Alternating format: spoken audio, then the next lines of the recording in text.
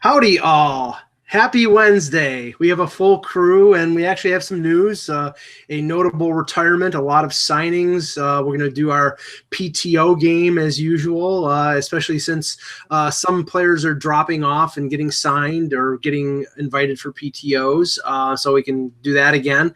But, Ross, you have something movie-related to start us off with?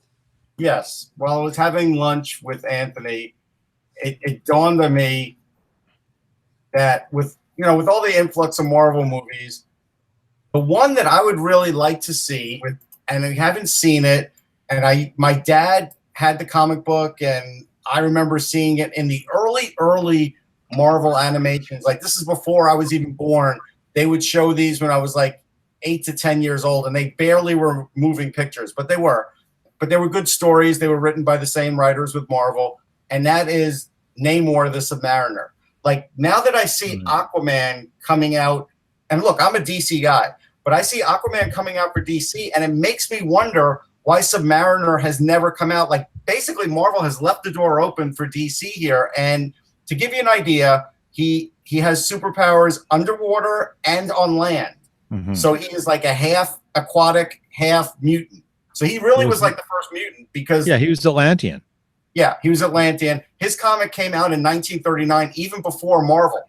Like, he predates Marvel. And so it just makes me wonder why he hasn't come out, because I always looked at him as maybe like the third strongest, like Thor, Hulk, him. I looked at like that in that pantheon of strength, him. And he's been good guy and bad guy. So Marvel, what are you doing, man? This is a perfect opportunity.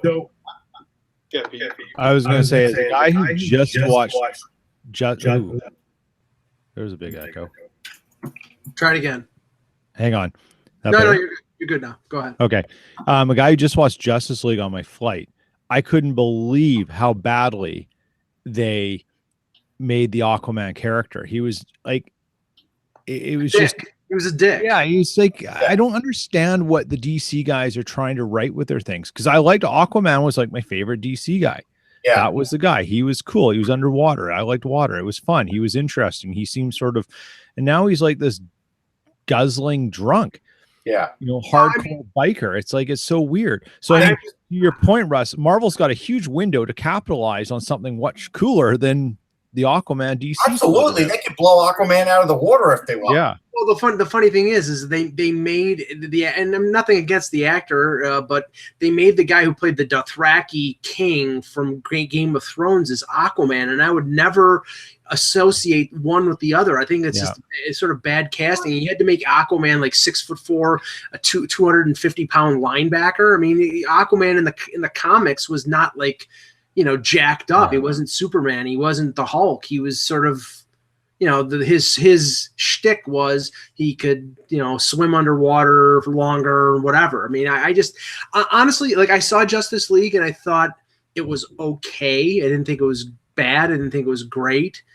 It's sort of like I'm probably one of the few people who saw Wonder Woman and thought it was good, but not like, oh my God, fantastic. Like everybody else. You're the only one for that, Mike. I mean, it was good. Dude. I'm not saying it was, and Gal Gadot, I could watch her all day, but I just didn't think it was like, groundbreaking. And that was the impression that I got from people who had seen it and all the press. Because DC has been just the problem is for DC movies is I think they've had to deal with, of course, the ridiculous success of the Dark Knight trilogy. And while those movies are almost in their sort of their own specific universe in terms of the fact that they're like, it's like Batman transposed on the real world. I mean, that's how it is. It's ultra, very realistic, and that's how they set it up, and it works fine in that respect. But the problem is that they took too much out of the, they took the wrong stuff out of it. There was at least some humor here and there, a little bit of cheekiness, but they just decided everything's got to be dark and grim. Right. It's one of the reasons why the Lego movie, I'm laughing watching the Lego Batman, doing the song dark. Because it's basically a shot at DC taking its own path with the character. And Affleck as Batman is He's okay.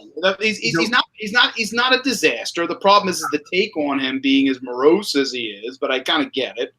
I actually went from thinking it was going to be a disaster with Affleck to saying he's good. I think it would be just fine. Is he Christian Bale? Hell no. But again, it was just a whole different setup there in terms of how I think it's got way more to do with the scripts, Anthony. You nailed it. Every DC movie goes dark. Well, the success of the Batman Dark Knight run is its own success. Exactly. Don't reinvent that storyline. Like Wonder Woman, I thought it was a great movie, and then everything was black. Yeah. And same with Justice League. Everything just got dark. Skies are cloudy. I'll tell you what. With Wonder Woman, there was more to it than what was just happening on the screen. Like even the costumes that they made, you could watch a special on that, and the costumes were actually groundbreaking, like stuff that was never used before. The way they did the set design, like those were the things that I think maybe some people missed on Wonder Woman because you're watching Gal Gadot, right? I think you missed some of the other stuff. But just getting back to Submariner, knowing that, and I like the Aquaman trailer. I actually think the trailer looks pretty good. But and someone said, Universal may own Submariner, but even if they do, who cares? Sony owns Spider-Man, and Spider-Man found his way back, right? So then you could always cut a deal. But at the end of the day, like I was even reading just before I came online, I didn't realize there was crossovers like Submariner fighting Johnny, the Human Torch. Like, I mean, he's a lot more powerful than Aquaman could ever be. So if Marvel's smart, they'll get on the stick. I don't think they're going to. They're going to just look at it in Marvel and say, you know what? We got such a lead on them right now. Yeah. Let's you guys want the fish guy? You can have the fish guy. Yeah, but you know what? I have to say, and I have favored Marvel in terms of the quality of the movie. Because the Iron Mans are great. I thought Captain America: Civil War was great. But I think like Doctor Strange was not great. It was good.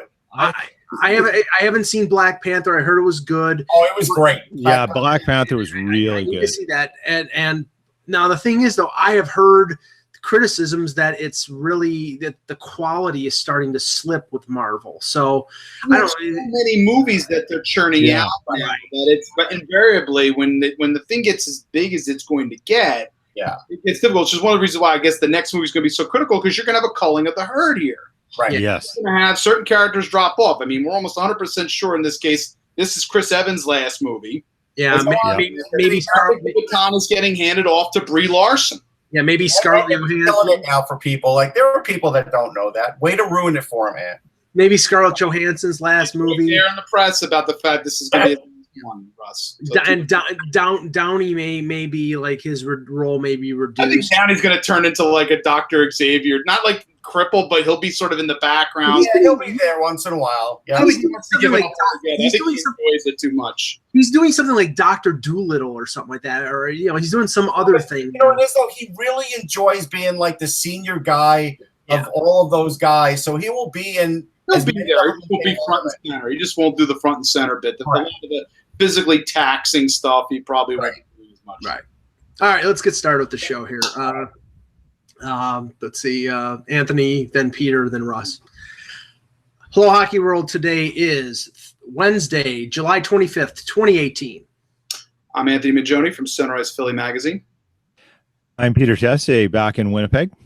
I'm Russ Cohen from Sportsology. And I'm Michael Iginla, and this is the Hockey Buzzcast here on HockeyBuzz.com. Guys, I want to start with the press conference that Russ and Anthony were at, James Van Riemsdyk's introductory press conference, reintroducing him to the Flyers fan base after he was drafted second overall in 2007, then traded to the Leafs after I believe it was a 6-year stay in Toronto, although the first half of his stay was during the lockout, so he didn't play until 2013. He returns to the Flyers on a 5-year, $35 million contract. And Russ, I know that you wrote something, and I'm gonna sample that in my blog today because I thought it was very interesting. Was that Van Riemsdyk talked about the whole situation in Toronto? Mm-hmm. Lead off with that because I thought that was pretty interesting. Yeah, I mean, I asked him point blank when we had a smaller group. just what the situation was with Toronto, what kind of offer they gave him. Did they give him anything to think about? And he actually came completely clean and said a couple of weeks before, Toronto said they were going in a different direction, so they weren't going to even make him an offer. And he thought that was helpful. And he thought that helped get his mind set for free agency and where he might want to go. And it was interesting because I think once Toronto said, "Hey, this is it for you here," I don't know if he ever even looked at anybody else but Philly once he got the offer, because the way he dissected the Philly players, like one of the quotes here that I could tell you, he's like, they have a lot of skilled players, guys that are good with the puck, make good plays, skilled players, right-handed shots. Me being a left-hander, nice to play with the righties. Like, this is a guy who clearly looked at where he could fit in with teams and looked at Philadelphia and said, boy, I would fit in really well here. That was my impression when you and I were discussing it, because I was in the middle of the storm with Ron Hextall while you were over with JVR. And that's, you realize when you listen to that and you go, there was specific roster analysis that yes.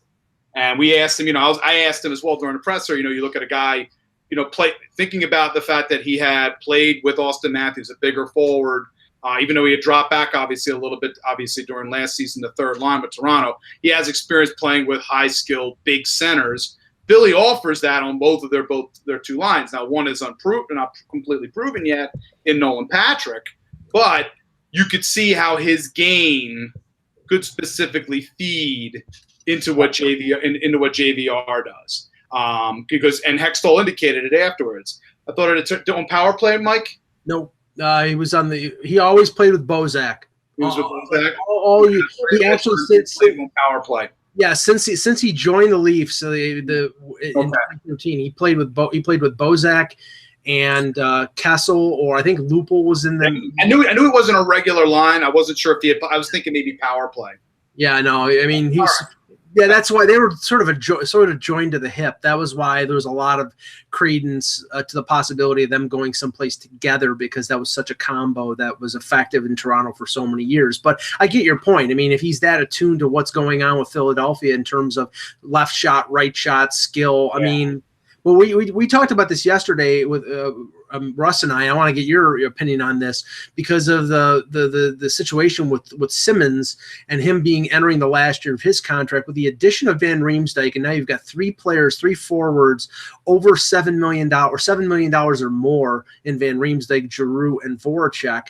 What does that portend for the future of Simmons? I mean, I've heard contract talks are sort of ongoing, but I would think they right now. Hextall indicated they're going to go. There's a good chance they're going to go into the season with Simmons. They're just going to basically play it.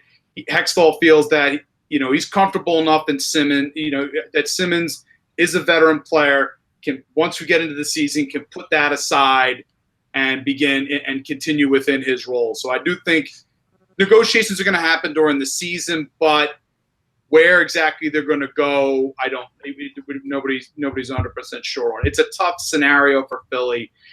I think they do want to get a look at and see how you have two big, net front presences in JVR and Simmons on separate lines. And this was brought up by McKean's Gus Katsaros, and I completely agree with him on this, is that you have those two guys on separate lines. They could really potentially create a lot of net front havoc on separate lines. And then you got, of course, Couturier. Even though he's a center, he's also a guy who gets himself up in front as well. So that is something that's going to be very interesting. But I can't, at this point right now, it looks like they're going to go into the season with not likely having a contract eked out with Simmons. Yeah, the only thing I could add to it is I agree with Anthony. That's the way I've felt for a while. I believe, though, that if he doesn't sign his deal by a certain date, that he will get traded. I don't think Ron Hextall will let him walk without assets, and I think now having JVR does give him right now the extra depth to start off the season great. But unless they feel like they're winning the Stanley Cup, which I don't think they will with their goaltending, I think Wayne Simmons, if he doesn't sign that deal, will get traded. Yeah, I mean JVR has got to be on the first power play for them. I mean, I saw his skills develop in Toronto and he's not a guy who distracts in front of the net. He sits at the side of the net, and he can score with this ridiculous lift on his stick. He can shoot basically vertically from 4 or 5 feet out front of the net. So he's a different type of net front presence than Simmons. And if they put Simmons on one power play and him on another, I mean, that's going to be scary, but yeah. I mean, the way Simmons kind of plays, though, and when he was out, actually, Patrick kind of played in the same role. When we say net front, Russ and I both have seen Simmons play. Simmons likes to camp out at the right post, and he will come play off that area and attempt a whip-around shot in a lot of cases to try to beat the goaltender quickly. Yeah. Sometimes, I mean, it has worked in the past, although Russ and I've always had criticism of that particular play because I feel like it gives the goalie much too much time when he gets the puck on the stick to be able to get across to make the stop. But, Simmons doesn't quite go bang and crash in front of the net. And in some ways, they are a little bit alike in the fact that they can play off the post and a lot. But he is there for rebounds, and Simmons knocks in rebounds. So he'll be there for rebounds. Once the shots are coming in, if the play is not getting fed into Simmons, then he's going to skate himself in front and park himself. Yeah, and Van Riemsdyk can take the punishment. He just doesn't really dish it out. That's not the type of player he is. But, I mean, it'll be interesting to see how successful he is. I mean, he scored 36 goals in Toronto, and I think he'll probably score close to that, probably in the 28 to 32 range. Just think about this for a minute. He outscored Austin Matthews, right? He was their top goal scorer. It's very rare that a team doesn't even give a contract offer to their top goal scorer, knowing that it's hard to score goals in this league. I mean, that's a little misleading because Matthews missed 22 games. But it's just a fact, though, Mike. But to your point, and I was going to write about this in the next couple of days. James Myrtle was interviewed on TSN 1050, and he was talking about the new philosophy of the new Leafs management. He believes that this management team is not going to allow players to walk away for nothing, like Van Riemsdyk, Bozak, and Komarov, and a few other guys did. I think that was the biggest failing of the Lou Lamoriello administration, is letting they were not going to win a Stanley Cup. Even though they had 105 points, it would have meant getting through Boston and Tampa. And if you know that you're not going to win a Stanley Cup, you have no business trading for Thomas Buchanan, and you have no business keeping JVR and not getting a first-round pick and a prospect. I think that was stupid and a mistake, but that's sort of crying over spilt milk. Anyway. The one other thing, and I'm not going to get into depth with it, but I did mention in my article, remember, Philly is now getting a fully developed James Van Riemsdyk. Yes. He was a developing player when they had him. So that's a big difference. Yeah. They know exactly what they're getting with him now versus before they were trying to shape him into this mobile power forward who's going to play in front of the net. They know exactly what he is right now, exactly what they signed on for here. Yeah. Switch. Now, hang on. Go ahead. Given the criticisms that Dave Hackstall received this past season, and I've said this before, I haven't criticized Dave Hackstall. Are you sure, Peter? What? Are you sure, Peter? Sorry? People criticize Dave Hackstall. I'm kidding. Go ahead. Yeah, I know, but I have a really strange amount of Philly people in my Twitter feed, so I see a lot of it. It's just odd how it happens, but it's great because it's a really entertaining group of media and fans and stuff. Like it's actually quite clever and not as cynical as other fan bases. Like, and it's got a neat sort of organic personality around it. It's actually one of the better ones. But is there trust within the fan base and general belief, and I'll ask this to Russ and Anthony, obviously, that Hackstall is going to use JVR for what he is? I think that, at this point now, what he does. I mean, I think there was, and JVR had mentioned the fact that Hackstall was one of the reasons why he came over. Now, I believe that's also Claude Giroux being in his ear, because Hack never is critical of Claude, ever. Right. Like, it's his captain. Like, if there's any other issues within the locker room, we don't really know, because again, Claude and Hackstall are simpatico, and that carries a lot of weight in the room. So the question, I think, he's coached against him enough. I don't think everybody has this belief that Hackstall's dumb. He's not like dumb or anything like that. I think the way you have to look at it is that what the player does. You have to put him in the spot that he's going to be most successful. So the proof will be how he's deployed. I think he knows what he is. I think he's coached against him enough to know what he does, and that's the role he should have. Now, if he's playing on a line, let's say with Nolan Patrick and Jake Voracek, which is by all indications that's likely going to be the line going into the season. You know that Jake likes to carry the puck. He is a guy who is a possession monster. He's going to be the guy digging the puck out of the corner, shielding the puck. JVR's job is to get himself into the soft areas in the defense to get himself into position to trigger. That is his job in this circumstance, is to basically have a beachhead in front and also allow Patrick to basically wreak havoc anywhere in the zone to spread the defense out. Right. So the second line is going to be Giroux, Couturier, and Simmons. Technically the front line. The first line. It's more of a 1-1A. Yeah. As of right now, it would likely be Couturier centering Giroux, and as of right now, because of Wayne Simmons' recovery, Travis Konechny is probably is going to be your right wing on that one. Okay. Here's the thing.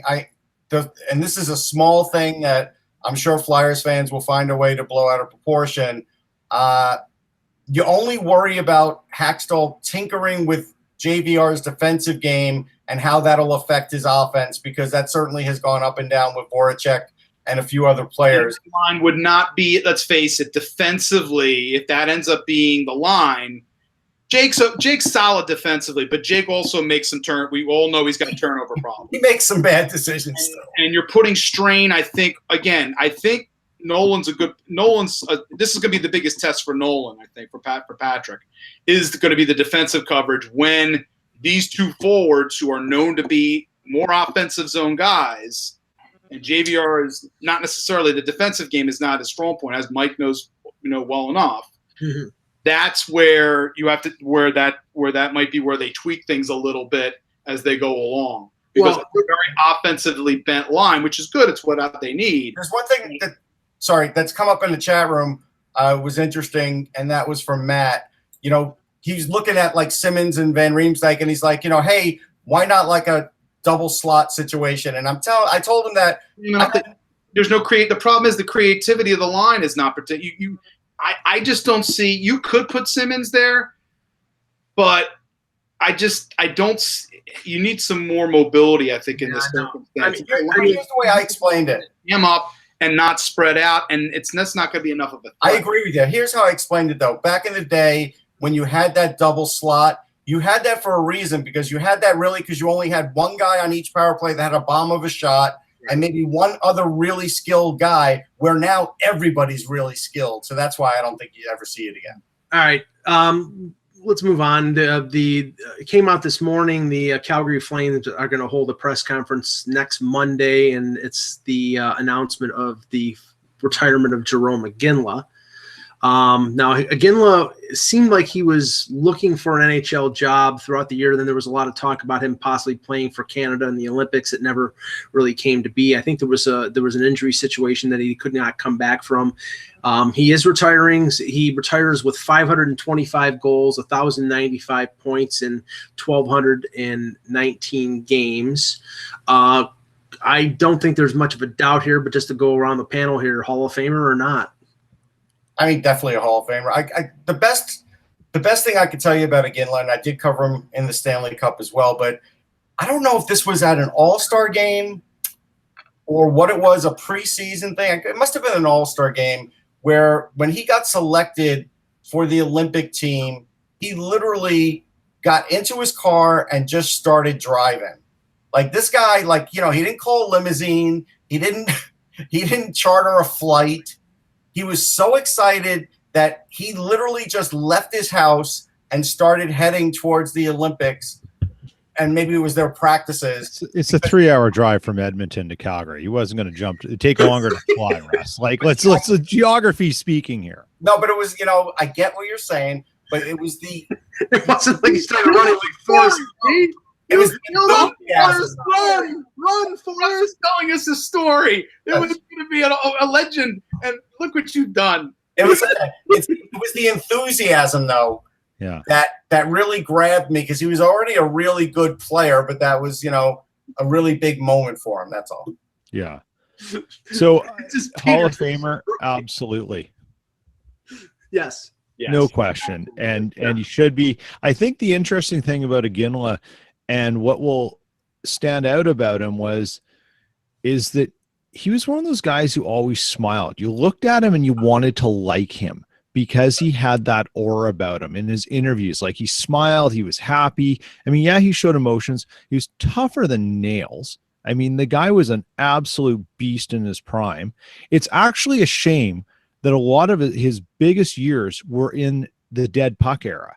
Yeah. And imagine what an Iginla in his prime would have looked like from, say, 2008 to 2018, right? Those 10 years. I mean, imagine what he could have been doing then. So, and on a team that just didn't go into the toilet like the Flames did after a reasonably decent run, you know, some of the mismanagement that happened there. So, I mean, if you can put guys like Neely, Sundin, Bure in the Hall of Fame, you cannot keep Jerome Iginla out. Agreed. Just remember the fight in the Stanley Cup between him and Vinny LeCavier. We'll never see anything like that ever again. Ever. Well, we did see Thornton and Getzlaff fight, and it wasn't in the final, but it was in, I think it was a game 6 or game 7. It's at a final, right? Like, you're not supposed to see this in the Stanley Cup, and they both just did it. And that was, Iginla would do anything you wanted him to do, and he did have a temper, even though he smiled all the time, and he was freakishly strong. I would not ever want to be on the opposing end of a fist of his. Yeah. Him and Dion Phaneuf didn't get along too well. But no, I think allegedly. Yeah, allegedly. I think he's a no doubt Hall of Famer, and I agree with Peter's point. Like, if Bernie Federico and Clark Gillies, get in the Hall of Fame, and I think they're both excellent players. I'm just saying, Iginla deserves to, even though I mean, was he a throw-in in the Nieuwendyk deal though? Like, no, he was he was the primary guy. I remember that guy. Was he a primary guy? I knew he was one of the guys. No, he wasn't just one guy. He was. I mean, there was. I think it was Iginla in a second-round pick. I think that's what it was. Yeah. Oh, that's all it was? I thought there was another player. Okay. No, he was the main guy. For Nieuwendyk, right? Yeah. Yeah, and not very often Hall of Famer gets traded for Hall of Famer. So it's, I mean, his career had just started at that point. I mean, you think about it for a second. So it's just because his career was just taking off when Nieuwendyk had already been, who he has already been. But remember, this is the thing that Iginla's end in Calgary should never have been like that. He should have he did the Mass Sundin thing, right? He hung on too long. He wanted to stay there, and that's noble. There's nothing not wrong about it, but it's not right. He could have been Nieuwendyk again for the Flames and given them something, and he could have gone on to win a cup had he maybe started that process a little bit early of getting out of Calgary and giving them an option.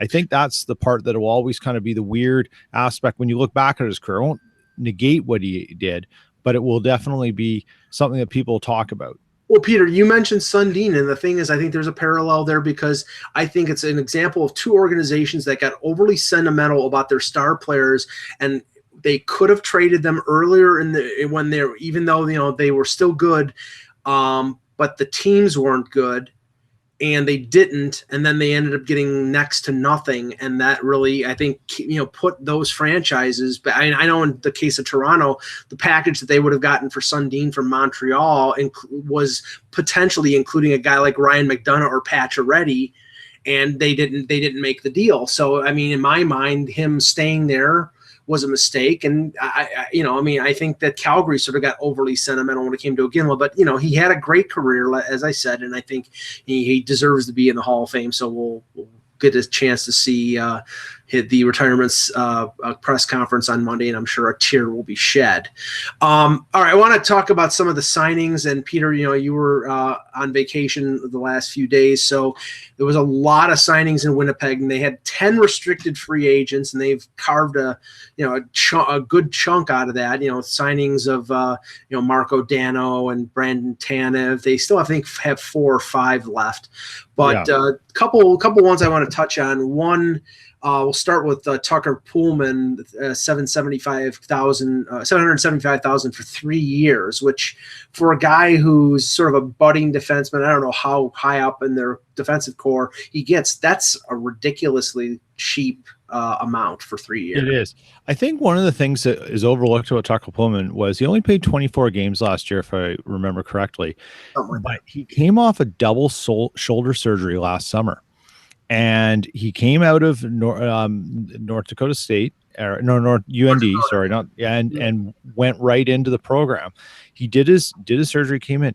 He was solid. He wasn't on the ice for a lot of bad events, and I think that's the best thing about him. Bad things didn't happen when he went out. He's not a risk taker, but he keeps himself out of trouble too. So you think of a 3-year deal. He's got 3 years to work on his game, to get moved into the lineup as things come. And he's got a potential that if he does take off, and I think he can be, I think his upper limit is probably top 4, like bottom 4, like a 4th is probably his highest limit. But he's got a chance to make some money after the end of this deal if he keeps his current trajectory going. And the way defensemen are valued, I mean, just think about this. He's arguably as good as Kulikov, who's making 4.2. Well, that's not good. That's just he happens. Well, no, but what I'm saying is market value for defensemen is a weird thing.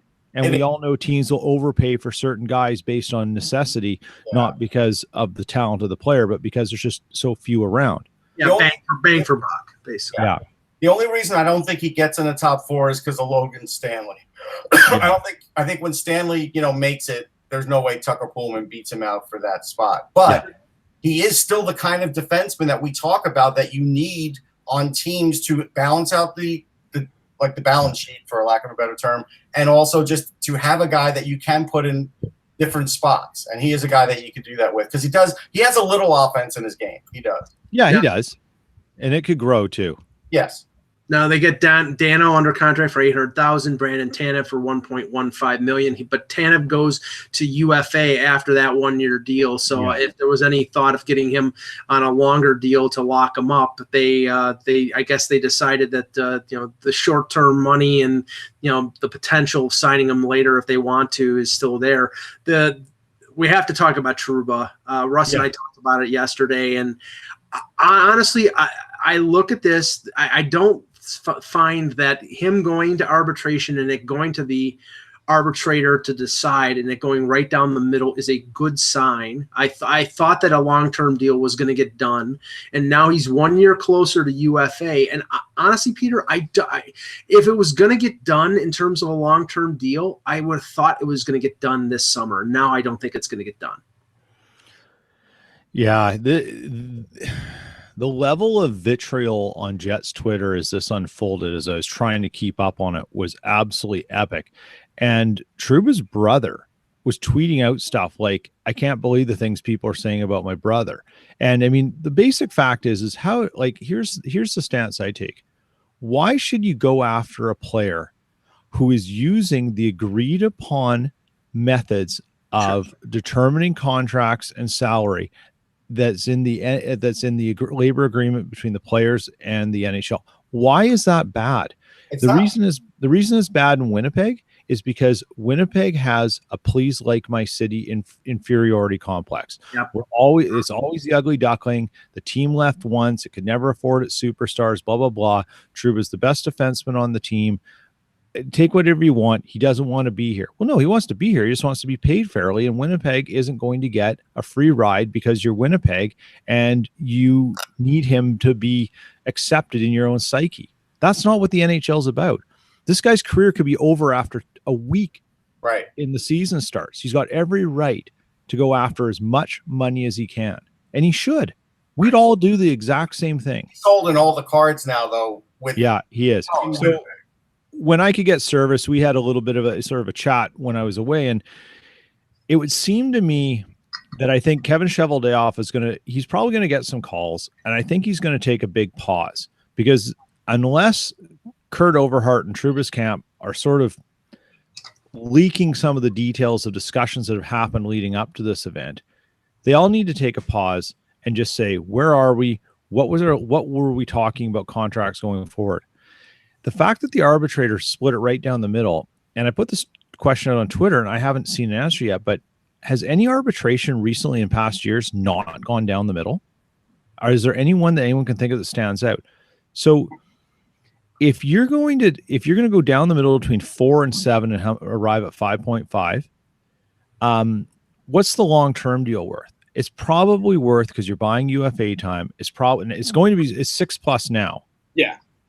So if that's the deal after this year and Trouba has a strong season, you're probably gambling that he's not going to progress, right? Like he's at a status quo based on being age 25, blah, blah, blah.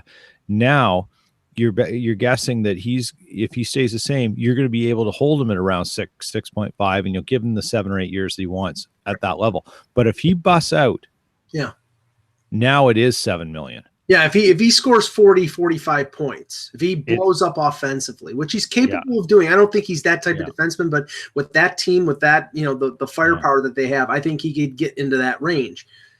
I mean, you're talking about a 7-year deal, them having to buy 6 unrestricted years. Yeah. And with the specter of, we know Erik Karlsson is going to get 10 to 11 in free agency, and Doughty's already got 11, and Subban's got 9, and Carlson's got 8. Trouba's not far behind. So and that's the thing. It's like one of the other restricted free agents is Morrissey, and I'm assuming now they want to get him locked up long term and not go the bridge route. I had a long sort of debate on Twitter last night with some people about that, and I said, and my point was, I think Cheveldayoff's MO is probably to bridge Morrissey, because I think it gives him room to when other contracts come up, and it buys him a little bit of time in case they do want to re-sign Tyler Myers or something. Like I think it gives him some space. I think what they want to see is this what, like, and so the argument basically came out and said, well, he bridged Trouba, and he also bridged Bogosian. So then the debate changed to the point of, well, he only drafted Trouba. Trouba held out. You weren't going to sign him long term when he was holding out to be traded. Well, if he signed, he signed. If you'd offered him $6 million 2 years ago, he probably would have taken it at 6 years. Right. So so this whole thing about what's his MO, we'll never know, because we're not having those discussions with him, and nor are we having the information revealed. But somewhere in there was an ask to be there long term. Right, with Trouba. So now we just have to figure out what the parameters were for that, and that's the issue, right? Like it's will the Jets go to those parameters, and that's the fear in the fan base, is that, oh, they can't do it, they won't. Now, if you're a rival GM looking at you, Kyle Dubas, you should just be. You should come to Winnipeg and go to the lake with Chevy and just chat and hang out and really talk about things. No, you shouldn't go to the lake, because you'll be peeking in on them. They should be going somewhere else, away from Winnipeg and away from you. That's what somebody Peter knows will be living next door. So Peter Tessier. Well, I do actually. So I do know the guy. I've met the guy who did Chevy's renovation on his cottage. He's a bit of a legend out where his lake is. So it's kind of funny. This is Winnipeg. Everything is 2 degrees. So 6 degrees of Peter Tessier. Oh yeah, it's 2 degrees in Winnipeg. So Russ, the question: would Trouba for Ristolainen feel free? I like Ristolainen as a player. I think Ristolainen's a great defenseman. I think he's not in a great space. Mm-hmm. But if you give Ristolainen the same people around you and a Connor Hellebuck in net and some of the depth of the forwards, you're going to see a different Ristolainen. Right. That gives you feel that's doable for both teams. Yeah. And that's the thing that gives you cost certainty, and it gives you a right hand shot, because there's concern in Buffalo with Dahlin and Ristolainen in terms of, they'll be on different defensive pairings because they're both right-hand shots, but they're both going to want to, or I think they'll want them to play more than 20 minutes, and some people think that Dahlin won't develop enough with Ristolainen taking valuable minutes away from him. I don't think that's the case, because you were able to develop Trouba properly and still develop. He's still developing, in my opinion, with a Dustin Byfuglien. Right. So you can do that. And that's sort of something that people have to remember. You don't have to have 2 studs on left and right. You can have 2 righties. You just have to, and maybe one of them can play the offside. Trouba does not want to play the offside. So you have to sort of understand that. But it's, he's very specific on what he wants, and Kurt Overhart has been very open about that. I mean, Peter, I wanted to ask you this because Overhart's tweets after the signing were very, well, let's just say this. He just declined comment, didn't go on. And I was like, okay, something's amiss here, because it's like, usually when you reach some sort of agreement and you're getting $5.5 million for your client, there's like, oh, we're looking forward to this year. Yeah. It was just like, post that on Twitter, Mike, on the KO account. That part was on Twitter. So I guess when he was going to get quoted, why should he say anything to help or hurt future negotiations? You know what I mean? That's what I think he's looking at. But yeah, now I'm of this, and I agree with what you said, Peter, about Dubas. I mean, this would be an opportunity that I would jump at if I were the Leafs. But don't make any mistake. The package that would have to go back to Winnipeg would probably be, I would say, 3 pieces, and probably including a first-round pick, and including probably one of their top forward prospects and one of their top defensive prospects. A Liljegren, a Dermott. Yeah. It would have to be, because I think that's what Winnipeg would be looking for in terms of a return. I agree. I think there's a few teams who could put a package together, and depending on, I think Philadelphia could be one too, if Ron saw Trouba as an upgrade to what he already has, and that's a team that has a fair bit of talent on the blue line. Tampa with Sergachev. Well, at least from Philadelphia's perspective, might as well let you. I mean, it's already out there in the ether already. The Flyers are currently in negotiations with Robert Haig, who's their last RFA, and Hextall said it'll be a 2-year deal. Yeah. So again, there could potentially be an opening there. Yeah. Trouba right shot, Pete. Yeah. He's a left shot that plays right. He's a right shot. He's a right shot. That's something that would attract. It would attract. That is something that would attract Philadelphia beyond obviously his obvious skill set. I would think. This is just me speculating, but no, you're right. I'm sorry. Okay. Yeah. But that's something that it's a little bit of news that anybody's in. It'll probably be done by the end of the month. I think was what Hextall indicated. Or else he takes his 1-year qualifying offer, but it's probably going to be a 2-year deal on Haig. Well, what's that, Mike? I'll just say this, and we can move on. I think that the packages that were being talked about, and not to the extent multiple first-round picks or multiple prospects, but when Ottawa was talking about Karlsson and you were getting names like Heiskanen or Sergachev in those deals, you were talking about a guy that most teams weren't going to be able to extend for 7 or 8 years. With Trouba, you've got 2 years of control. I think that Winnipeg will be asking for a Heiskanen or a Sergachev. And just remember, Trouba lives in Florida in the offseason. Okay. There you go. But the best part about this is for Winnipeg fans, they wanted some certainty. They wanted the guy to anchor the defense and be a part of this team. It doesn't mean he won't. I just think the next round negotiations just got a lot more complicated. But for us, we've got a year of topics here. And I said as soon as this was agreed to, Peter, and I'm sure you saw it, I says another year of Trouba rumors commence. You know what I tweeted in response to that, right, Mike? What? Over, heart, and out.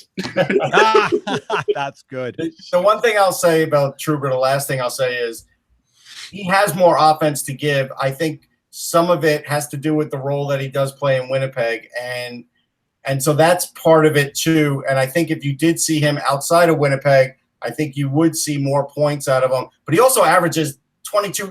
For his career, he's averaging 22 minutes of ice time. But the thing, right, and that was the point I was going to make, Peter. The thing is that Byfuglien is always going to be the point guy on the number one power play, and Myers, when he was in Buffalo, was a pretty good power play guy. So I mean, he's probably not going to get those opportunities. He'll penalty kill. He'll be the shutdown guy, but he probably won't. He can run other teams' power plays. Sure. I mean, I'm not sure if it'll be Toronto, but other teams definitely. Okay, let's touch on some other contracts, and we'll get to our PTO game. Vancouver re-signs Jake Virtanen 2 years at $1.25 AAV.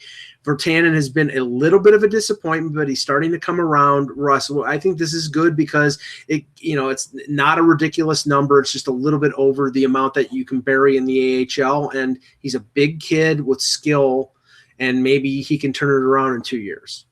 Look, I'm still pro Virtanen. I look at him, and just because he was drafted where he was drafted, he takes more heat than Tom Wilson, but he puts up the same numbers. 10 goals, 20 points, a lot of PIMs. Well, not too many. I mean, last year only had 46.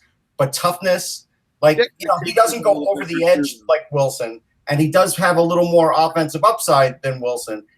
And so I think this is a good signing because I'm glad that Vancouver hasn't given up on him. They rushed him in, let's face it. Yes. Yeah, they did. My point. He was definitely – we all said that from the first time when he got in. I said, this seems a bit too soon.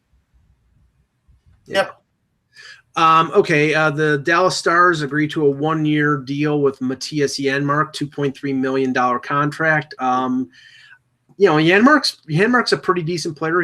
I think he's starting to step up offensively. I don't think this is a bad signing at all, and probably the precursor of a longer term deal once they clear the contract of Jason Spezza, who's making over $7 million this year, and they're probably obviously going to have reserved some money for Tyler Seguin. That'll be one of the things they have to follow up with at some point during the year. But I think Janmark's a pretty good player.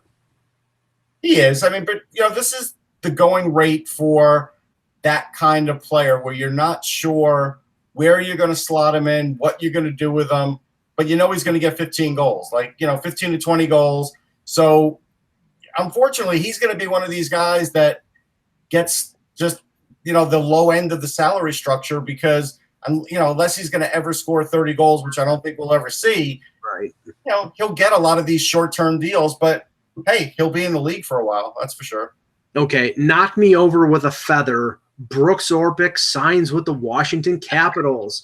1 year, $1 million. 1 year, $1 million with bonuses, easily reachable bonuses that will increase it to $1.5 million. Anthony, this is like the primary example of a new level of cap circumvention. Yep, you're looking for that loophole, and McClellan found it, no question. I mean, again, there's also the part of the deal as well. We have to take the deal in total in terms of basically the going rate for Phil Grubauer, who had proven himself that he could potentially be a starting goaltender. There was some debate about, if you knew Orpik's going to be coming back to Washington, you also look at it from, is Grubauer worth the second-round pick? Well, in terms of a goaltender who's almost fully formed in the NHL and I think could be an NHL starter, yes, I think that was worth the risk, I think, from Colorado's perspective. And for the Caps, again, this is a great thing. They get a second-round pick, and you get back Orpik, who's basically a coach on the ice. You're going to use him in that 6th, 7th defenseman role in this case at a very easy to digest number. It's a great move for the Capitals in this case, in this circumstance, to have that in return. Peter? Yeah, no, I mean, it makes sense. I think this is what everyone expected. It's simple, clean, neat, not going to affect them in any bad way. It's good. I think Brian McClellan gets the Eddie DeBarlo Jr. Award for cap circumvention because he was the king, and this is really the best one we've. Amarillo one. I'm sorry. Stefan, rub it up. But Luz was failed because he had to give up a pick for it. The 49ers never gave up anything, and the Capitals have gotten away with this. So major props to McClellan. A 2-year deal for Mark Jankowski in Calgary, avoiding arbitration, $1.675 million for 2 years. I know, Russ, we've talked about Jankowski a lot. I think he's got a lot more to give than he's shown in the last couple of years. So I think this is good. It's not a ridiculous figure, and I think he fits in as third line center maybe. Yeah, I remember he's a developing player. Just because he's 23, he played a lot of college hockey. He hasn't played a ton of pro hockey. I mean, if we count up his pro games, he's only played 72, like 145 pro games between the AHL and the NHL, right in that range. Yeah, he had 17 goals last season for Calgary. Oh no, he has good hands. So that's trust me. Yeah, I mean, if that's what he's going to do, sort of in essentially his rookie season, actually, yeah, I think this is a good value. I mean, less than $2 million for somebody who scored 17 goals. If he scores 25, if he gets 20 plus next year, it's a steal. Right. Yeah. But what happens then is you're probably on the next deal. You'll probably be paying him 4.5. Yeah. Now Russ called this one, and I was hoping that a few different teams would there would be some possibility late in his career that he would actually play in the Eastern Conference. But Dan Hamhuis signs a 2-year deal with the team. Didn't he start with Nashville, Russ? Yep. Yeah, with the Nashville Predators, 2 years, $2.5 million. First year, 1.5. Second year, 1, which probably means they front loaded it a little bit in case he retires. Although he's at 35 and over contract. So, but this is a good ad. And Russ, what we were talking about yesterday, I want to get Peter's thought on this first. When we were talking about Ryan Ellis, if they trade Ryan Ellis, Dan Hamhuis is still a top 4 defenseman. He played top 4 minutes last year with Dallas. If they are forced to trade Ellis, it's not like they have to beg Fabro to come out of Boston U. They could slip Hamhuis into a top 4 role for a year if they're forced to trade Ellis because they can't sign him. Peter, what do you think of the? Yeah, I mean, Hamhuis has had a bit of a funny thing. He hasn't always been healthy, right? Like there's a bit of danger. So he played 79, 80 games the past 2 seasons, but the year before they played 58, then he played 59, then he had 47 with the Canucks, and then he's had one healthy year of 82 and then another one of 78 and then 64. So he's kind of been all over the map since he left the Predators. Like it's not consistent, but he's serviceable. Mm-hmm. He's lower for sure, but he's a smart guy, and I think he's a great depth signing for someone like the Predators for sure. And I don't know if the plan would be, okay, well, if we move Ellis, we can slide Hamhuis in. I think it's, if something goes wrong with one of the big guns, we've got a guy who can play proper minutes and not completely let us down. Sure. And I think that's the bigger thing. And the value of that contract is really fair for that, given who Hamhuis is. I mean, basically right now, Russ, I think he fits in the Alexei Emelin spot, the bottom pairing, but he's capable of moving up. And like I said, if they can't get Ellis signed, Ellis is making $2.5 million on the final year of a 5-year contract. And if he has a year close to what he's had the last 2 years, he's going to hit the jackpot in free agency. And I look at the Predators and I don't know how they get him and Yossi and Rene locked up in the next 2 years. A lot of their money is already allocated. So, Ellis will be something. I think Rene's a goner. The only way Rene's not a goner is if they make it to the Stanley Cup and he wins a Vezina. Otherwise, but they'll have to spend money on a goalie if it's not Rene. Will they? I mean, if Saros is their guy, that may be what they're going to do with their goaltending, and that may be the savings that they get to keep Ellis. The one thing that strikes me about Hamhuis is he's only been in the playoffs once in the last 5 years, so he's probably dying to get some playoff action, and so that's something where that's a big deal. Now, someone in the chat room said, "Hey, he's better than Matt Irwin." Irwin's a bottom pair guy for them. He doesn't play every game, so that was never a worry anyhow. You got to remember, Rene is going to be 37 when his contract expires. Right. He had a great bounce back season last year, but the year before he was iffy. It'll be interesting to see what happens this year. He's at 35. He turns 36 in November. This is that lurky age, right? Where a lot of things can happen. Goalies, and if he's not consistent, what would be wrong with Rene playing 30 games on a new contract with Saros coming in and playing more if he's the next guy? Rene will never undercut Rene that way. If Rene is healthy, there's no way he goes halfers and goes 40-40. It's going to be Rene playing 50-55. And the thing is, Nashville's got one of those really hard, you got to make the hard decisions that's best for the team. There's all sorts of hard decisions that you have to make in business and stuff like that, but you have to make the hard ones that have the best interest for you in it. And this will be a really difficult one for Nashville. Well, you have to just be right about Saros. That's what you have to be. Right. And Anthony, I looked at the available defensemen in free agency, and to my mind, Hamhuis was the last guy who I could imagine as a top 4. The rest are mostly bottom pairing veteran guys. So like teams like Toronto and other teams that were looking to bolster their defense, they're either going to have to do it by trade or internally. And I don't think there's much out there in terms of a top 4 option in free agency. Yeah, I mean, we knew going in. We know how it is in free agency. Pretty much the defensemen, if there's any of value, are going to get scooped up pretty early.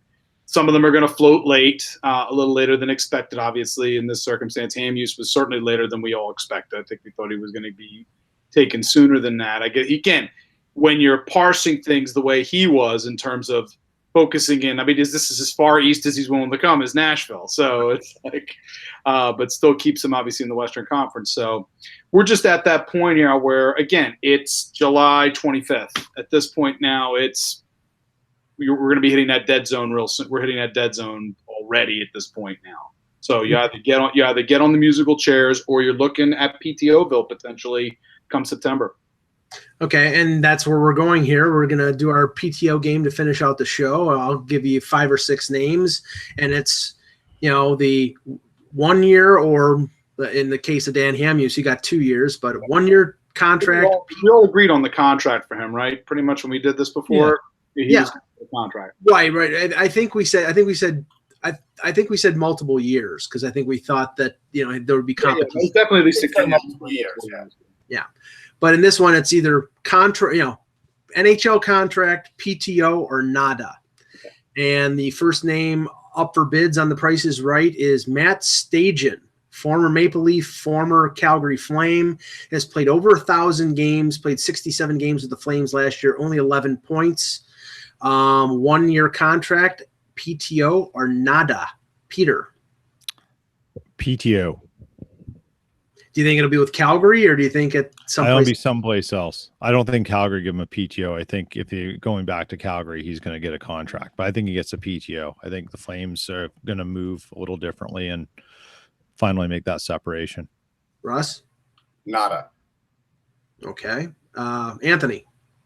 11 points is rough. I'm gonna go nada on him. He may be looking for a job out, and he may be looking for a European contract soon.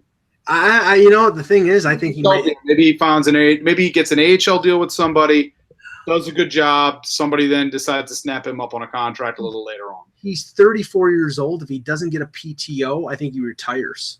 I mean, look, 11 points is like Chris Van de Velde area, and he's playing in a different country now. He's playing in SM Liga. So here's one of the younger guys out there, and it'll be interesting to see how this goes. Joe Colburn, former first-round pick of the Boston Bruins, traded in the Thomas Caberlet deal, played in Toronto, was traded to Calgary, played in Colorado, was waived by Colorado, now a UFA, only 28 years old. Big guy, but doesn't play big. Anthony, 1 year contract, PTO, or nada? Here's a question for you: Did he play penalty kill much?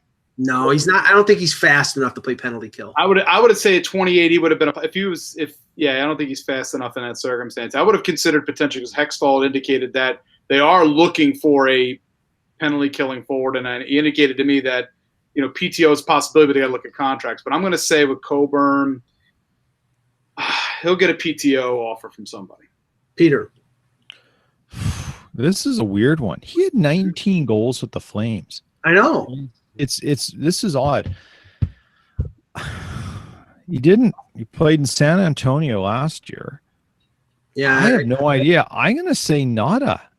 I just don't think he's on the radar for people. Something's out there, I think, on him that, I'm speculating here, but just that there's a weird thing that's just keeping people disinterested. I honestly think it's the speed of the game and that it's may pass them by. Russ?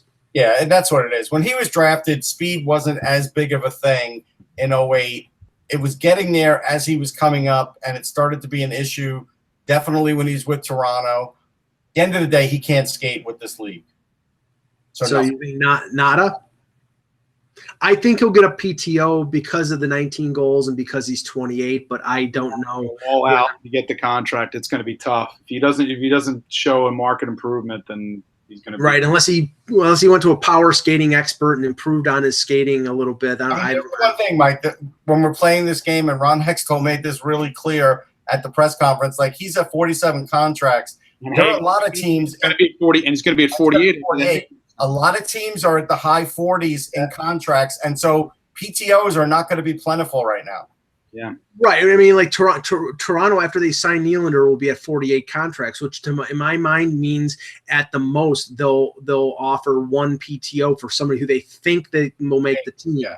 But that's about it. Yeah. Okay, Jannik Hansen, former Vancouver Canuck, traded to San Jose, 32 years old, only played 46 games last year, 2 goals, 12 assists, played 12 minutes per game. Russ, 1-year contract, PTO or nada? Nothing, too soft, just not a real place in this league, not a real role in this league anymore. I mean, he look, if there were a team, an expansion team, I'd say yes. Otherwise, I'm saying nada. Peter, you saw him in Vancouver. Yeah, I really liked Hansen. I think he was a true role player kind of guy, a great third line person, could score, do things. I just think it's all catching up with him. I think he's going to Europe or something like that. Yeah. I just don't think. I think he's just speed, the whole thing. I think he's probably gone. So nada. Yeah, so I put Europe under nada. Anthony. Same. I think he's going to Europe. Nada. Okay, 39-year-old Jason Chimera played for the Islanders and Anaheim last year, 74 games. Even though he is 39, his speed hasn't dropped off where he's slow as sin, but he only basically little less than 7 minutes ice time, which means he's a glorified fourth liner. I'll go first on this. I think 39 years old and somebody playing 7 minutes in this league with the way people are going to younger players and cheaper players, I think it's nada. Peter. I think it's nada. Yeah. Time's up. Anthony. 39. I mean, the speed is the one thing that may give teams a thought of a PTO, maybe a discussion, but I think he's probably heading to Europe. Russ. No, I think he'll get a PTO. First thing, it's not his fault the Islanders signed him to a ridiculous contract, which we pretty much said on the show. It was like a 2-year deal, right? It was just stupid. So that was one thing. The other thing is he can penalty kill, and because of his speed, he does get a lot of shorthanded chances. I think if a team is short on penalty killers, they will call him in. Okay. Last one. The well-traveled Antoine Vermette, Arizona, Chicago, Anaheim, known for his great ability to win faceoffs. 36 years old, 63 games, 16 points, played about 14 minutes per game. Anthony, you first. 1-year contract, PTO or nada? Toughy on this one because the problem is his speed. Again, as good a face-off ace as he's been. What was his numbers from last year offensively? 50% on faceoffs. What's that? Over 50. Oh, I know he's 50%. I'm talking about overall numbers. I'm saying 60. He wasn't 50. He was 60. That's what I'm saying. He's still an ace in that respect. 8 goals, 8 assists, 16 points in 63 games, plus minus -5. The face-off ability gets him into a conversation for a PTO. So I'm going to say I'll say that somebody gives him a PTO offer if they discover they're short on centers and are willing to plug him in as a fourth liner. Peter. I think he gets a PTO. I think Vermette's got a fairly good reputation and track record. The face-off thing, he's a utility guy. You can use him in a few ways. He's a classic utility player. He's always been reasonably consistent on goal scoring. I think someone will give him a sniff. Russ. Yeah, he'll get a PTO. I mean, he is a center who can win faceoffs. End of the day, even if you're using him as a specialist, if you have injuries up the middle, somebody's going to want him. I say PTO, and I'll go one step further. I think it'll be the Chicago Blackhawks because they like bringing some of their old players back. We can't quit you. Right, exactly. So we'll do this tomorrow. We'll have some. We're like in the 20s in terms of the unrestricted free agents, so there are plenty more that we can. There's There's still like 90 unrestricted free agents, but most of them have a 3 at the beginning of their names, and that's but here's the thing. It's not just that. It's just in the cap world now, you get your top of the cap guys and you get your middle of the cap. And then a lot of these other players turn into this, and it's not because they're not any good anymore. Look at Major League Baseball before the start of the season, how many guys didn't have contracts. Like, this is happening in a lot of sports. Yeah, it is. That's true. Okay, great show, guys. We will be back tomorrow with another edition of the Hockey Buzzcast. For Anthony Mangione, for Peter Tessier, for Russ Cohen, I'm Michael Agello. Thank you for watching. And remember, without the buzz, it's just hockey.